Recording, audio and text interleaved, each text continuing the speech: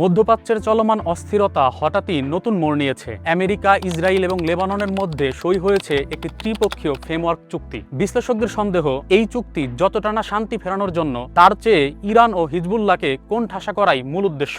এদিকে সংবাদ মাধ্যম সিবিসি নিউজের বিশ্লেষণ বলছে, চুক্তির শর্ত অনুযায়ী দক্ষিণ লেবাননের দুটি গুরুত্বপূর্ণ বাফার জোন থেকে আংশিক সেনা প্রত্যাহার করেছে ইসরায়েল, আর সেই নিয়ন্ত্রণ চলে যাচ্ছে লেবাননের রাষ্ট্রীয় সেনাবাহিনীর হাতে। একে লেবাননের সার্বভৌমত্ব ফিরিয়ে দেওয়ার প্রথম ধাপ বলা হলেও পর্দার পেছনের সমীকরণটা সম্পূর্ণ ভিন্ন, কারণ এই আলোচনার টেবিলে রাখা হয়নি ইরান কিংবা হিজবুল্লাহকে। অন্যদিকে ইসরায়েলি প্রধানমন্ত্রী বেনিয়ামিন নেতানিয়াহু একে তেহরানের জন্য একটি বড় ধাক্কা হিসেবে আখ্যা দিয়েছেন। তবে হিজবুল্লাহ এই চুক্তি সরাসরি প্রত্যাখ্যান করে হুঁশিয়ারি দিয়ে বলেছে, এর ফলে লেবাননে নতুন করে গৃহযুদ্ধ শুরু হতে পারে। পরিস্থিতি আরো জটিল হয়েছে গত সপ্তাহে সুইজারল্যান্ডে হওয়া মার্কিন ইরান সমঝোতা ভাঙার পর। ব্রিটিশ সংবাদ মাধ্যম দ্য গার্ডিয়ানের খবরে বলা হয়েছে, হরমুজ প্রণালীতে বাণিজ্যিক জাহাজে ড্রোন হামলা এবং তার জবাবে ইরানের দ্বীপে মার্কিন বিমান হামলার কারণেই ওয়াশিংটন তেহরান উত্তেজনা এখন ভয়াবহ রকমের অবনতি হয়েছে। প্রেসিডেন্ট ডোনাল্ড ট্রাম্প এই পরিস্থিতিকে ইরানের পক্ষ থেকে যুদ্ধবিরতির চরম লঙ্ঘন বলে